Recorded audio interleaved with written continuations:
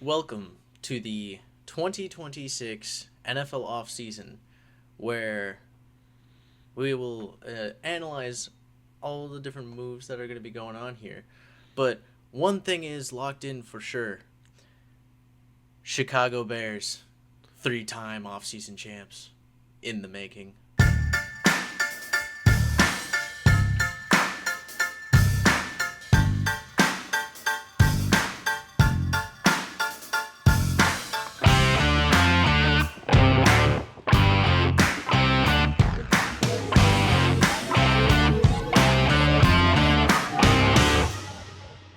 Welcome back to the James and Dame Show. I'm Josiah, And I'm Will. and today we're going over free agency stuff. There's a lot. Uh, this is the chaotic part of the off season that Mm-hmm. we just don't know what's going on because a lot of things are quiet behind doors for the most part. But other than that, yeah, we're just waiting for news to break at this point. Um, there's been a lot. There's been a lot of news. But I guess the whole point of this one is to kind of guess to see where certain players go, which teams they kind of are better suited for their abilities and whatnot. Um, but yeah, there is a lot. To start, I kind of want to look at some of like the news that's broken first, and some of the things that have affected the free agency market before getting into it. Um, so for starters, a little bit more outside of it, but there's looking at the Vikings. They have came out and said that Aaron Jones and Javon Hargrave will both are set to be released if there's not a trade found. Um, it's not like an uncommon thing. That's the same thing going on with like Kyler Murray, where if he's not traded, but before free agency opens up, he's gonna be they're all gonna be released. Um, Other people, let's see, Browns made some cap space by releasing Cornelius Lucas, saves about 2 million for them, not a whole lot. Commanders released Marshawn Lattimore and Tyler Biadasz, which is their center, and then the Giants released Bobby Okereke to make some room, which all very interesting things. Um, there's also the tag deadline, which is kind of why we're recording this when we are, because that gives us a better idea of who actually is free agents and who is going to be retained. Um, but before we touch on that bit of news, there is one thing that came out that was a little surprising. I think it came out today. Was actually the aforementioned Chicago Bears. Their center Drew Dalman, only 27 years old, told him that he was retiring, which is 27. at 27 as a Pro Bowler. Like, Yep. he had a good year. That's going to be a big hit for Chicago. It comes kind of out of nowhere, and well, at least I haven't seen anything on it leading up to it. So Yeah. for me, it kind of hit me I was kind of shocked by it, but that's I mean, I think a lot gonna of people were. that's gonna shake things up. Where that was like one of the places they were really improved was that O line, and this is just that's gonna shift that a lot. So that's going to be interesting, and that I think will actually have an effect on free agency, where there's some guys of note potentially that the Bears could target for that position. But hold on, past Will, future Will here, editing this video, and there has been some news that has broke since our recording, so we wanted to make sure that this got included and keep you guys as up to date as the time of the video coming out. We're going to start here with the Patriots releasing Stephon Diggs. There's been a lot of controversy around him with some allegations. Obviously, he's kind of been a little bit of a head case, and so it's not a total surprise. But on top of that, his contract goes from $10.5 million to $26.5 million this next year, as it would be entering the second year of his 3-year, $69 million deal. And so cutting him prior to the new year is also going to save him $6 million guaranteed. We also saw the Chargers release Mekhi Becton, saving them about $9.7 million towards the cap. And then we also had Dallas reworking some contracts, which we see us tease them a little bit for being the team that is the most in debt under the cap or over the cap, and now with the rework of Dak and Tyler Guyton, which was summed up to $47 million saved, and then they threw in CeeDee Lamb, they are now actually under the cap. So obviously some of this is going to be out of date as we talk about the Cowboys not really being able to make any moves, but maybe it's possible now. So that is a little update. Obviously, some of the information in this recording is going to be a little outdated, even though it's only been a day since we recorded until now. But that's just our luck. So just stepping in to clear that up, and I'll let the past guys over there get back to the video. Looking first at some of the franchise tags and stuff that happened. There were 4 franchise tags. Well, technically not franchise tags. 4 tags dealt out. And just to differentiate the difference is there's 3 kind of tags. There's the non-exclusive franchise tag, the exclusive franchise tag, and the transition tag. And it's kind of important. Where the non-exclusive one, it allows players to, you place it on them, it's cheaper, it allows the players to explore the options around the league, and if they find something they like, they can make a deal, but the team that tagged them has the ability to either match that and keep the player, retain the player, or if they let them go, they receive 2 first-round picks. Then there's the transition tag, which is kind of like the in-between, which is it's like the non-exclusive that allows them to go out and look at teams, but and allows the first refusal, which is, again, the thing where if another team offers a deal, they have the chance to match it. The only difference between a transition tag and a non-exclusive is if the team that tagged them doesn't take the deal, then the other team that made the bigger contract, gets them without having to give anything up. And there's the exclusive where the player just isn't allowed to explore options. But those, in that order, are how they progress in how costly they are. So we saw 4, which was the 3 non-exclusives were Dallas. They franchise tagged George Pickens, $27.3 million, which is very interesting for a team that has negative. They are the most in debt team actually in the NFL right now. I think their negative cap space at negative $56 million. So it's gonna be interesting to see what they do there. I know they've done some restructuring with I think it was Dak and CD. So that, see how much room they can make up with restructures and cuts. They got a long way to go though. Another one is the Falcons. They tagged Kyle Pitts for $16.3 million. That's on the non-exclusive, which I actually really like that one for them. And we can get into it in just a second after I get through the last couple, because there's also Breece Hall, which is just weird. The Jets tagged Breece Hall for $14.3-ish million. And then the very interesting, well, I wouldn't say it's interesting. It makes a lot of sense why it happened, but it's a transition tag, which is not commonly used. But that's the Colts transition tagging Daniel Jones for about $37.8 million.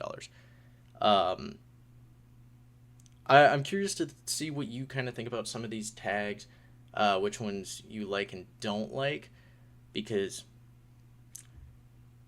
some of them are viewed pretty well, some of them are viewed not so well, and obviously the cost has a lot of impact on that, but I'm curious what you think about some of those. I will say this though, Daniel Jones had to make me go look up what a transition tag was, because I kind of forgot that thing existed. It's not commonly used. I think no, it's not. I will say, out of the 4 of them, the one that is just kind of disappointing to me is just the Brees Hall one. Free that man. He clearly doesn't want to be there. Um, I don't know. It seems like a bad situation that they're putting him in, especially wasting his prime. Um, I don't know. I I think Yeah, I mean, I was can it definitely because see that. yeah, I don't know. I just he doesn't seem like he wants to be there, and I think that if he's not going to cooperate, or if they're not going to do the due diligence and build the team and the O line around him, then I think he needs to go. But if they're trying to build something there, that's fine. It's just the Jets. They're just going to mess up every single time. They're just not going to change.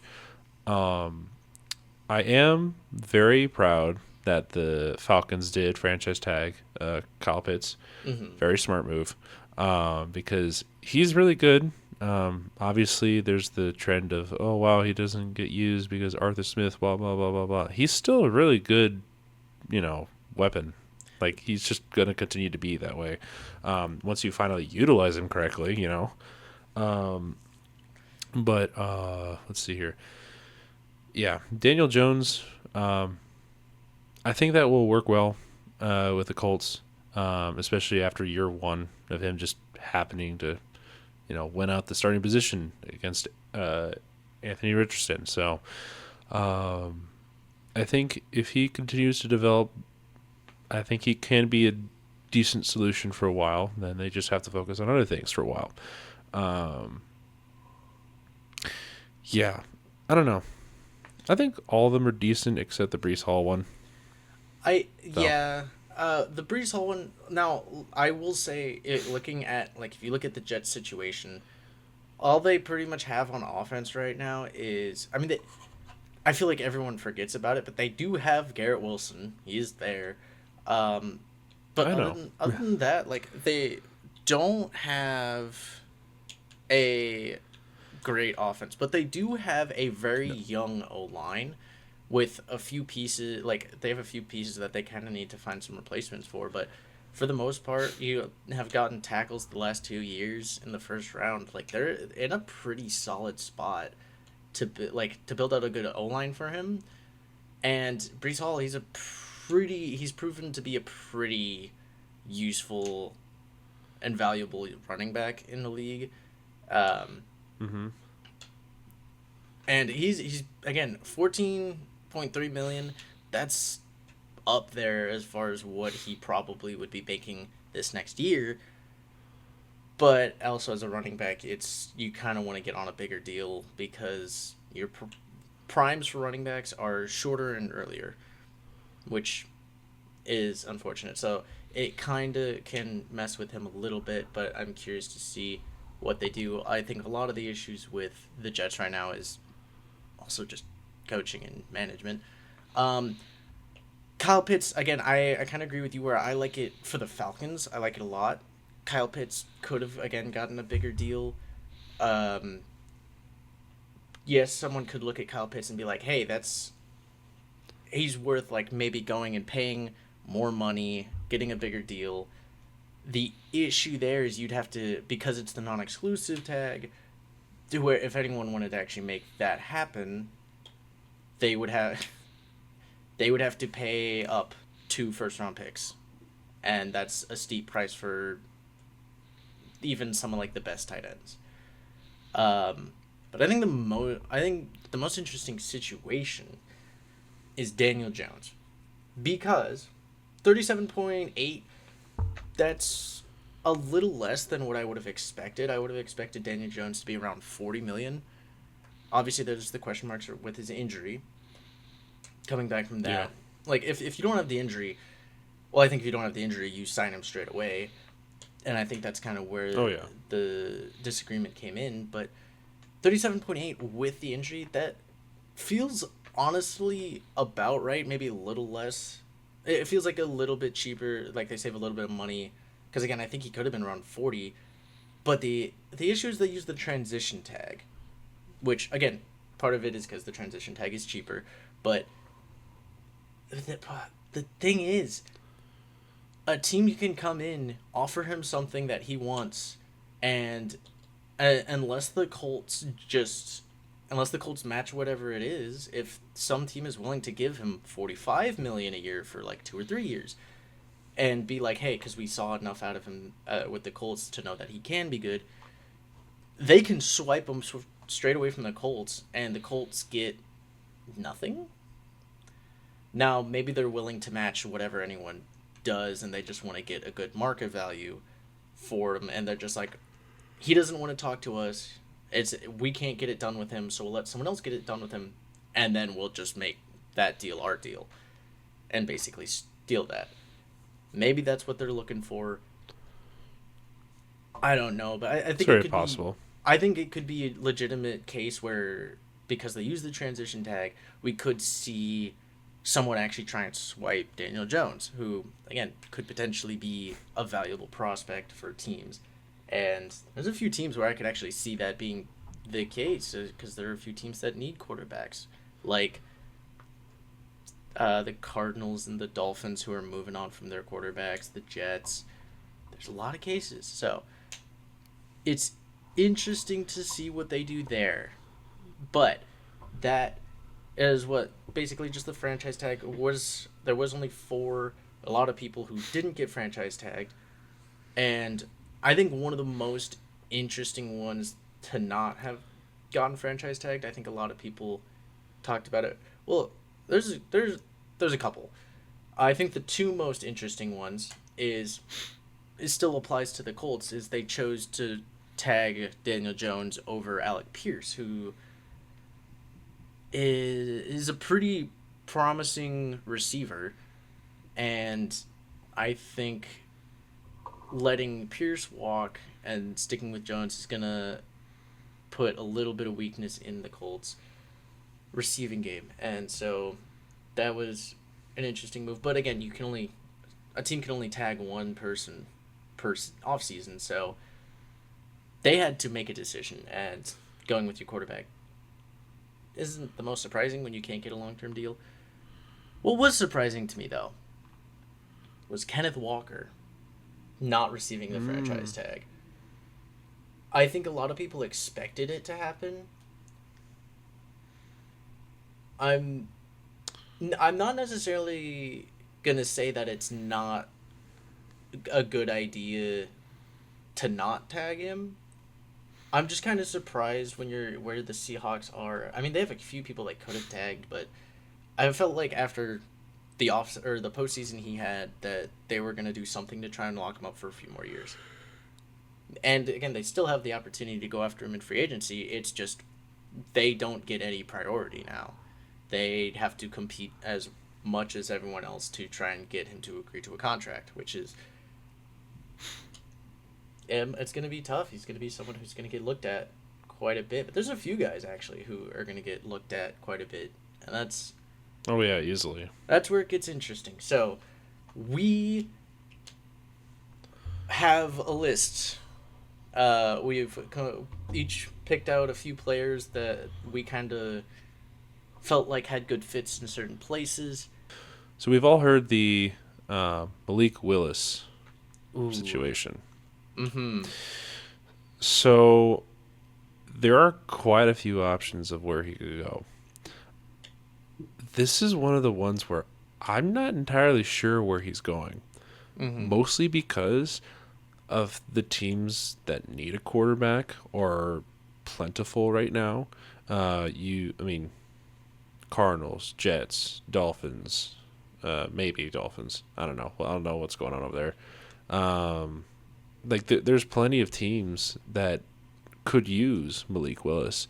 A lot of people say he has untapped potential. I mean, we saw that a little bit in Green Bay when he was back up to Jordan Love. Mm-hmm. There's a lot of potential for this guy, and I don't know where exactly he's going. I can see a few teams making some offers. I did see something recently about the Steelers trying to acquire Malik Willis, which is interesting. Interesting. Because in the sense of, Aaron Rodgers is probably going to, if he sticks around for one more year, he's going to retire the next season. Might as well have somebody else on the bench just to learn from him. something like that. I don't know what the reasoning for that was. Mm-hmm. Like there's plenty of options for Willis. I think the one, or at least a couple, that make the most sense to me in this situation is, especially with the recent news, um, I don't know, Cardinals and Jets. Like, I don't want to doom him to those two teams, but like they're two teams that desperately need a quarterback that can probably elevate them if they want to even have a chance at competing with anybody this next season. Malik Willis, sure, he's not like a really, really good quarterback, but he's a decent quarterback that can develop under a certain amount of, coaching, talent, and everything, too. So, I mean, you just saw that the Cardinals just got a whole, uh, not like a whole staff overhaul, but you saw that they hired LaFleur down there, and maybe he goes down to Arizona and learns under him, LaFleur to or he could go LaFleur. to LaFleur to LaFleur, exactly. Like you could see that happening, or you can see a random situation where he somehow ends up in Pittsburgh for some reason. Like there's a lot of options, but I can see the Cardinals a little bit more than the other ones, only because the idea that like I don't know, Cardinals they just need another franchise QB. Same with I the Jets and everything, but I don't know.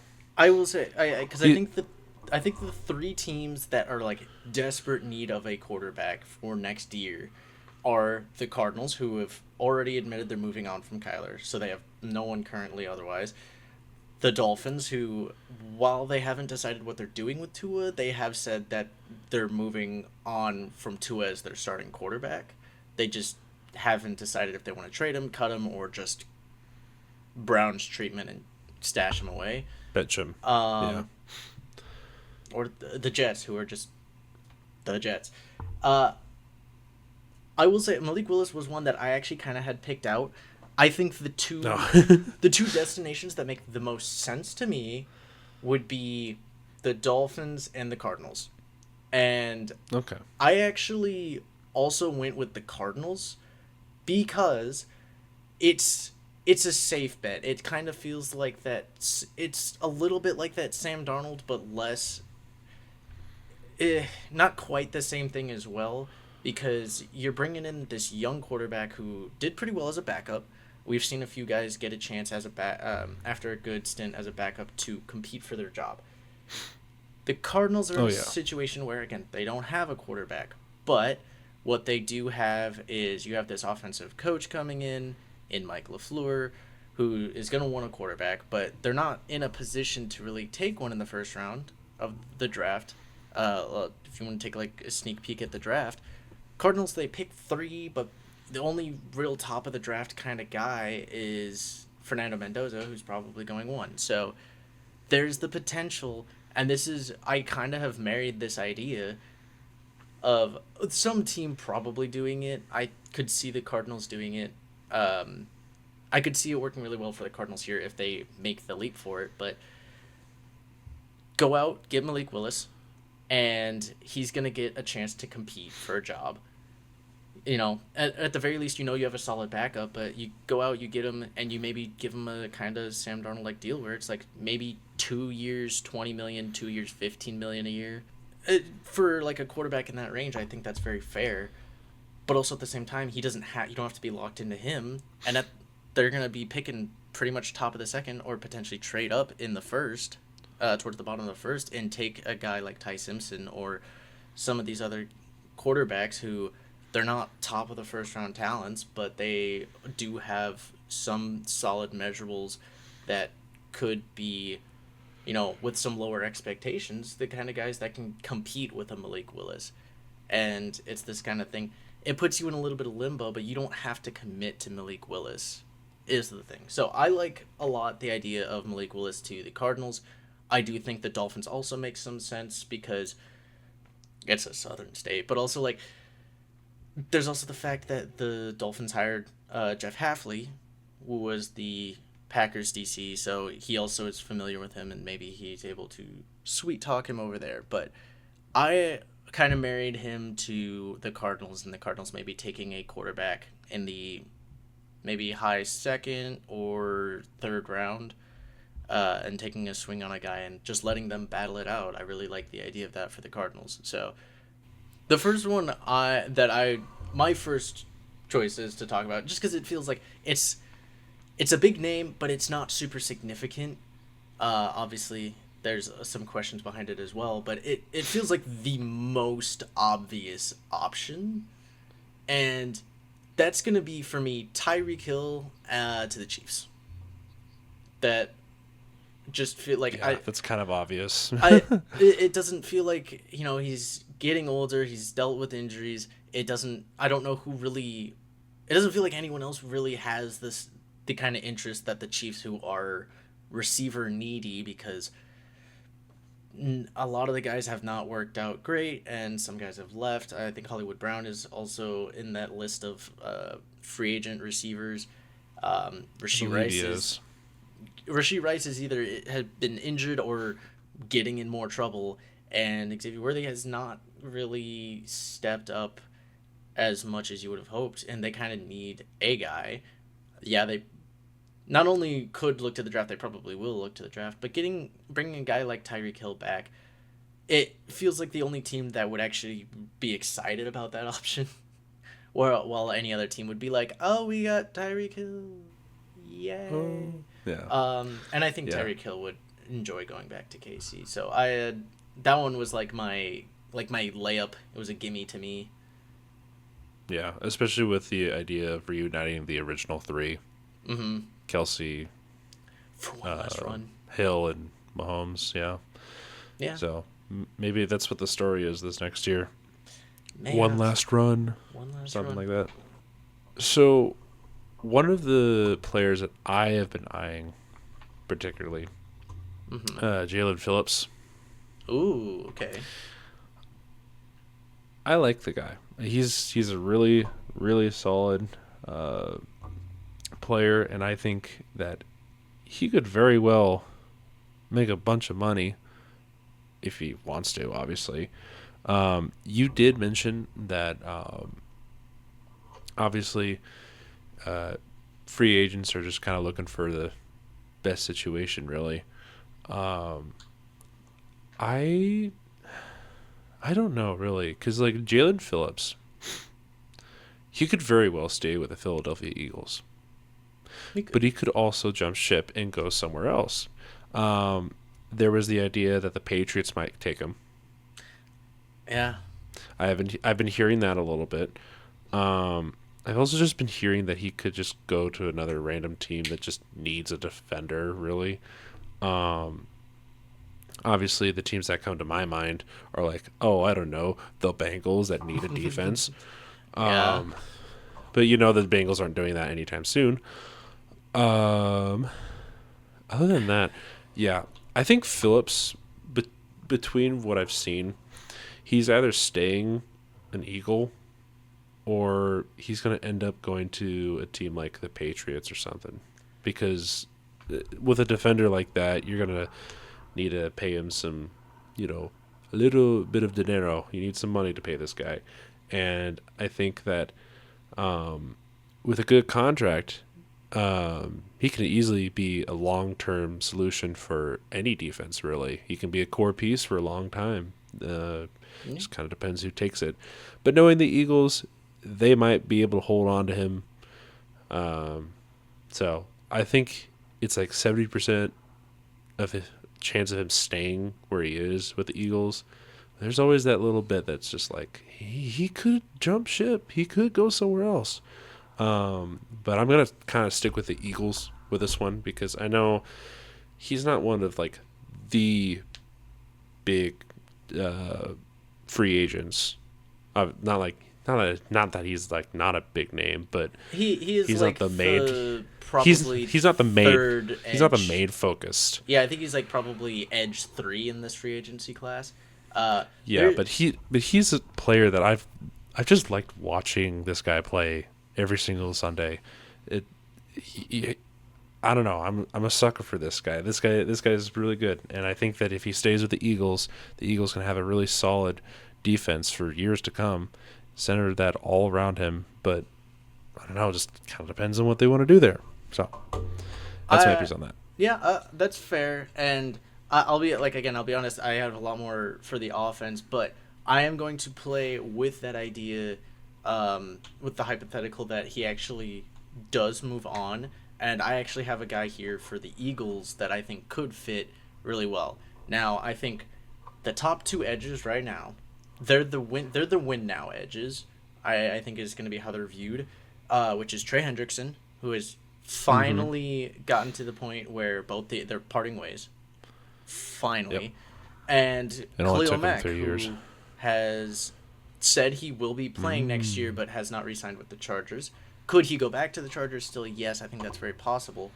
But I actually don't think either of them are the ones that the Eagles would go for. I actually really like for the Eagles Odafe Owe, who is another guy for the Chargers. He was actually the people were questioning if he would get a franchise tag, but he didn't, and he was obviously traded from the Ravens mid-season. Goes to the Chargers, does pretty well, but he's this kind of young talent that kind of hasn't really tapped his potential quite yet. But there's still some promise there, and the Eagles have a knack for finding these guys who haven't quite tapped their potential, bring them in and develop them, and kind of just build such a strong defense around guys who have been kind of doubted. And I think Owe, obviously they could stick with Phillips. They could get Phillips and Owe, but I feel like Owe is more in the Eagles' wheelhouse, whereas like the Trey Hendrickson and Khalil Max are these big older names that other teams are gonna target and spend a lot of money on. The Eagles can get these guys for a little bit cheaper, and they know how to develop them. So I like Odafe Owe with the Eagles, especially in the case that Jalen Phillips takes off and goes to someone like the Patriots, or like I mentioned before, maybe the Titans go out and give him a bunch of money. But um, yeah, I like some of these edges, and I have ideas for Trey Hendrickson and Khalil Mack where they could go. Um, Again, Khalil Mack maybe could come back as a Charger, but I think Trey Hendrickson is definitely done with the Bengals. So we all know him, the big speedster from the Seahawks, Ooh, Rashid Shaheed. you're taking one of mine. Yeah, I feel like I'm stealing some of your ideas right now. um, so Rashid Shaheed, I'm glad he got a ring. Very glad he got a ring. Um, See, the Seahawks can easily keep all of their pieces and just continue to build off of that. I really hope they do, but I know they're going to lose a couple. Um, Shaheed might be one of them. Mm-hmm. He might be. I'm not sure where he would go, Mm-hmm. but if you want a reliable, you know, punt returner or just a decent receiver, um, he can make the big plays. He can do whatever you need him to do. I I just don't know exactly where I would put him if he were to just leave the Seahawks. He very well could stay with the Seahawks. I This is one of those ones where I'm not entirely sure yet. I would I'm more love like to chime in fifty-fifty on with this him. one because Rashid Shaheed is another one where I was like, this is one I can. If he leaves, obviously again it's an if, but if he leaves, I feel like I know exactly where he's going, and this is one of Hmm. those that I had like up there as like one of my most confident ones. So if you don't mind me stepping on your toes a little bit, I actually No, no, yeah. Rashid Shaheed. Listen, it feels so obvious once you see it. Shaheed, look, obviously he's gonna chase some money, and there's some teams with some good cap space, but there's a guy that he knows very well, and that man is Clint Kubiak, who he has played with for the Saints. He played with them. He played with them this last year with the Seahawks, and Kubiak is now taking to the Raiders. Raiders need receivers. Shaheed has played very well with Kubiak, who's going to go out and get a new quarterback. It just feels like a perfect match where he's going to be a free agent. I think Shaheed it's going to be Raiders or Seahawks, but it just feels like a perfect match for the Raiders to go up pick up Shaheed and he gets to play another year with Clint Kubiak and see what he can do. Different place, but working with the same guy. And again, they work so well Yeah. together because I feel like Shahid was the one who allowed Kubiak to have such dynamic offenses because he was the guy who would stretch the field, and he did it so well for Kubiak. And I love the match of Shahid and Kubiak, and them moving together to Vegas, following them to Vegas, which is a thing that people do is they'll follow their coaches. Sometimes when they leave, there's a few rumors about some guys doing the same thing elsewhere in free agency. But Shahid is my pick for like that. That feels like the match made in heaven. I haven't seen a lot on it, but that's one that stuck out to me. Like that makes so much sense, and I that's honestly the one that I'm pulling for the most. So, um, yeah, that was one that I Yeah, had in my back pocket for sure. that kind of makes sense. I'm not gonna lie. Yeah, well, I it's don't just know like why that makes sense. they Yeah, they but work so well together. Shahid had his best years with Kubiak. Kubiak's offense was always like he always kind of had that electric feel to it with Shahid. Obviously, it was also pretty good before Shahid got there in Seattle, but oh it felt yeah, like it blew up once he got there. I just I have a hard time like it feels more weird seeing him anywhere without Clint Kubiak than it does seeing him outside of Seattle. And so obviously it'd be a big loss for the Seahawks, and I think they're going to try and do what they can to bring him back. But for me, match made in heaven, Rashid Shaheed with Kubiak in Las Vegas. So absolutely, I'm glad you kind of picked up on that, but also that was no, what I was going to go that for. So makes sense now. Yeah, yeah, I uh didn't huh, see that uh actually. huh. Hopefully you didn't do this one. Uh, Mike Evans. Oh, I actually couldn't find. I was unable to really come up with that. Oh, I had a couple in mind, but I Okay. didn't lock into anything. So yeah, this one's pretty much just you. Yeah. Yeah. So Mike Evans. This one. This one seems like anybody who just needs a solid receiver, or at least a reliable one at that, they'll just take this guy. Obviously, you can say that Tampa Bay is just gonna keep him around, but he's been with Tampa Bay for a long, long time. Maybe he just is looking for, I don't know, greener pastures somewhere else. There were a few teams I had in mind, particularly, especially with like receiver issues. Bills were one of them. Patriots, if they need a veteran, they can also get him, but they already have Diggs there. I'm not sure what they're going to do with that. Mm-hmm. Like, I can, take off some Buccaneers fans and say he goes to the Saints. I can take him off even more and say he goes to the Panthers. Like, there are some options with Mike Evans, and I'm not entirely locked in on where he's going to go, but really any team that needs a veteran receiver who is always reliable, they'll pick him up Uh, easily. I could. And yeah, I feel like the team that has been tossed around for that kind of player, where it's just like they need someone good now. They're not anyone they need to develop, not like a gadget guy that needs to like fit a role. It's you just need a good receiver. Maybe won't be good for very long, but you just need a good receiver. And I get like Mike Evans kind of fits that role, and one of the teams that kind of fits that need is the Buffalo Bills. Obviously, big hole at receiver, and very much so. I could see Mike Evans fitting that. Um, I don't actually. I actually have the Bills going for someone else if he's. I think there's going to be a bit of a bidding war, but I think this could be one of the top guys for the Bills, and that would actually be Alec Pierce. Again, the guy who some people thought was going to get potentially tagged, but he didn't. So now he gets to explore his Yeah. options. Could go back to the Colts, but I think the Bills, if they can make something work with him, he's going to be a little expensive because it's going to be a bit of a bidding war. and the Bills are not in the greatest place financially, which is what might push them Nope. towards more of a Mike Evans because they're currently in debt. They could make up, probably clear up some space, but Mike Evans probably. I mean, he's gonna look for like a veteran deal, but Pierce is like in his prime. He's gonna be looking for a big deal.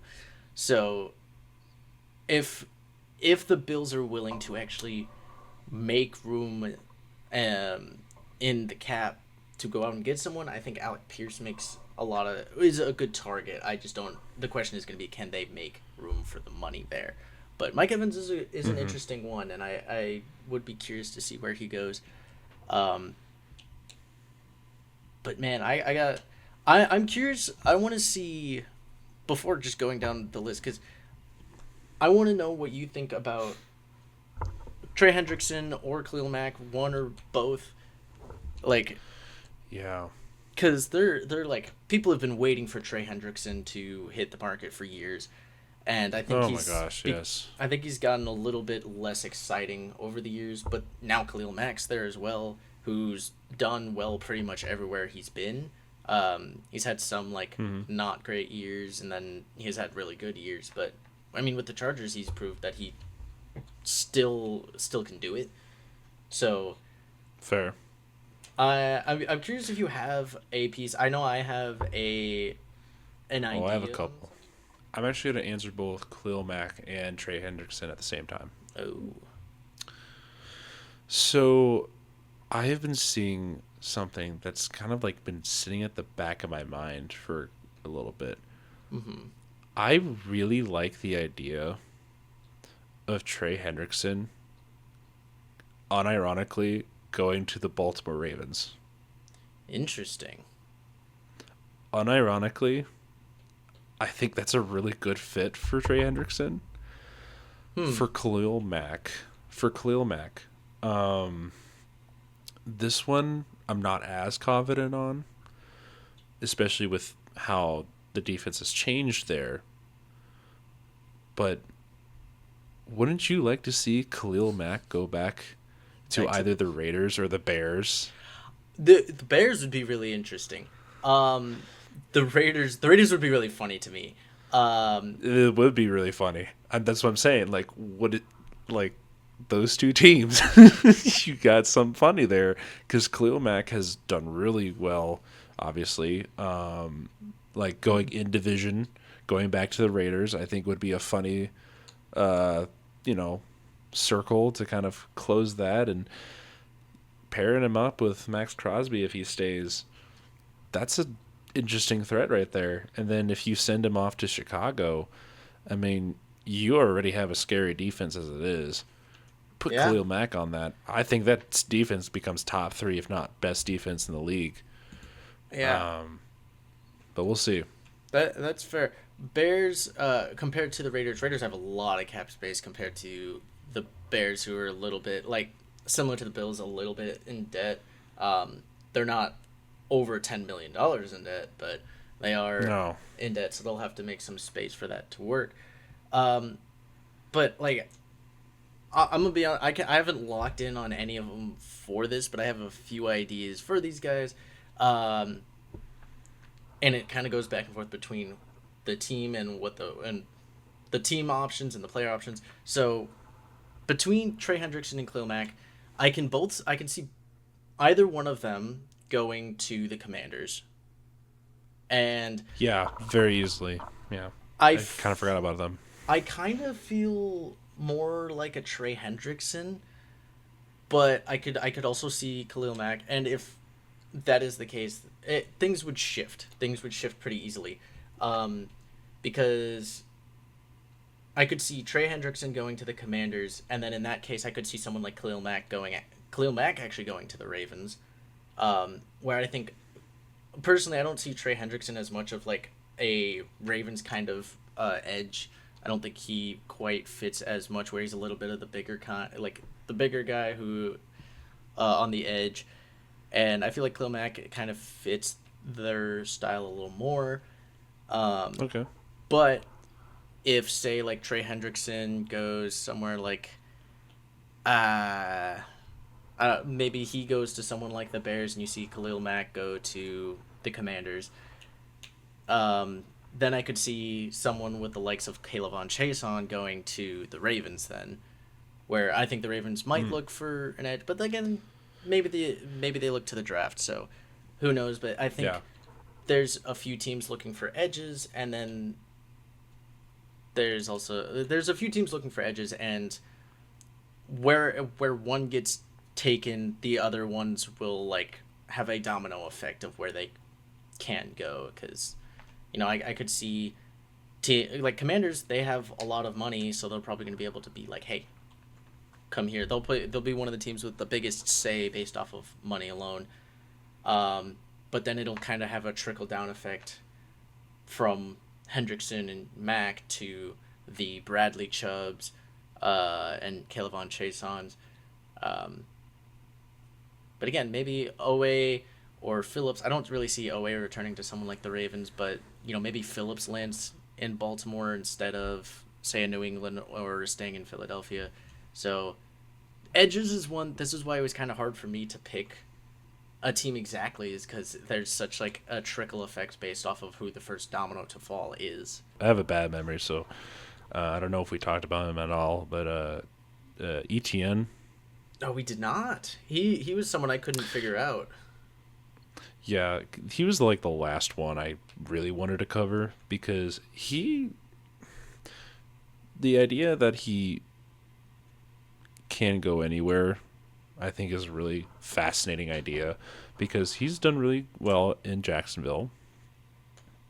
Mm-hmm. I think he could very well stay in Jacksonville. Like you said, money talks. Just kind of curious to see where he goes, really. I mean, I've seen people saying that he could go to like is it the Broncos, the Chiefs, where else? Raiders to complement Genty. Yeah, there's a few guys that could fit that role for sure. Titans in division. Like there's many options, and I will credit the AFC West teams that I mentioned. That was not something that I found. It was just something that someone else brought it up to me. You might know him, Nolan. He mentioned that to me, and I was like, you know what? No, you're right. ETN could go to like 3 of those teams in that division.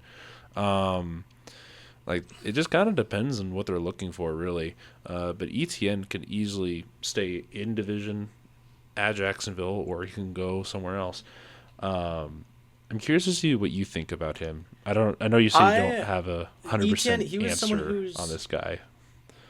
Yeah, Etienne is someone who's very fascinating because I honestly didn't think that Jacksonville would let him go.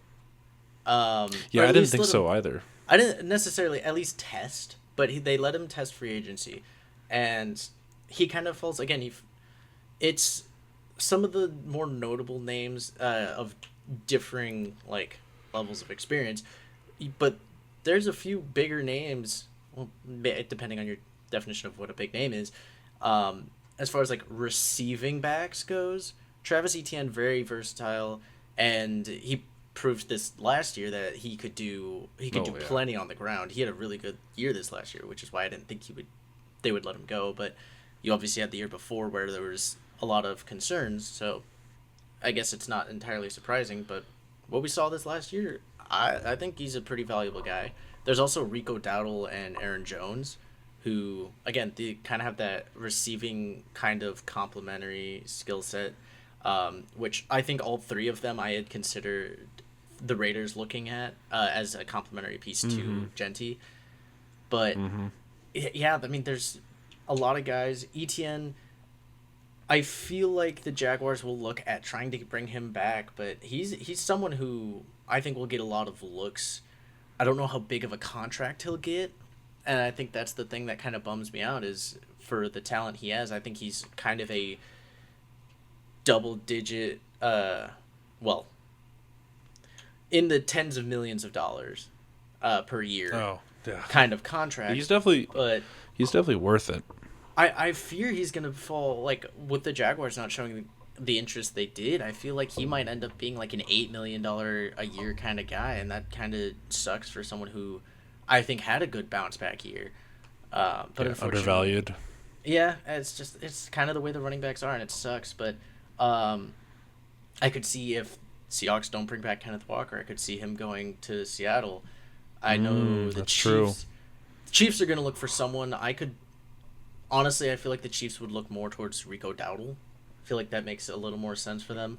But there's also Denver, who I think Denver would get a lot of value out of ETN. But then it's, do you do it with RJ Harvey there? Do you feel the need to go out and get someone like ETN who, I mean, he's bigger, but other than that, like the skill set's not too much different.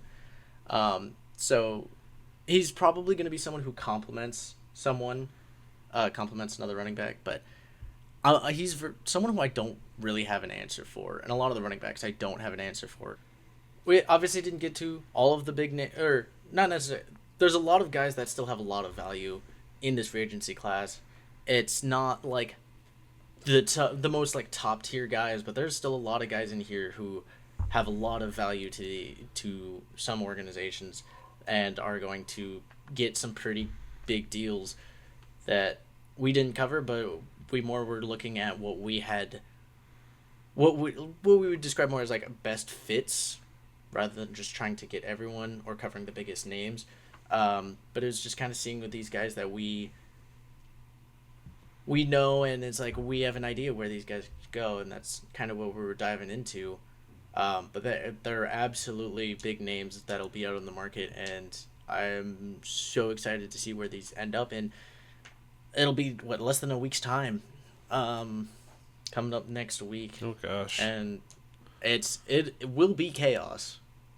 I recall from Let chaos reign. last year when you hit that the legal tampering period is just, once that opens, the floodgates open, and it's just utter chaos for a few days. It's just, okay, here we go. We couldn't, as I say, we couldn't track it for anything. We just had to wait until everything was done. Yeah, it gets tough. At least try to. Try to. But it'll be interesting to see how this stuff shapes up. Obviously, again, we had the franchise tags, and there's obviously some other news that we will be covering in a video shortly.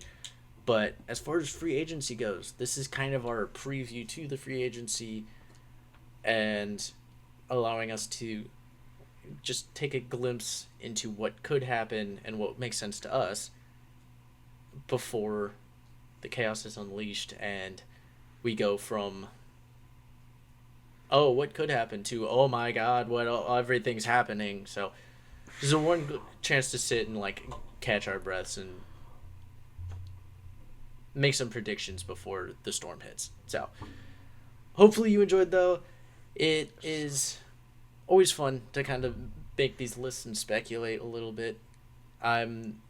I know I'm very excited to see how everything shakes up in the coming weeks and see what kind of NFL we're going to have next year. Always appreciate everyone for dropping in and supporting us. And I know I'm excited. So look forward to seeing you guys. I am too. In the next video. See ya. Bye.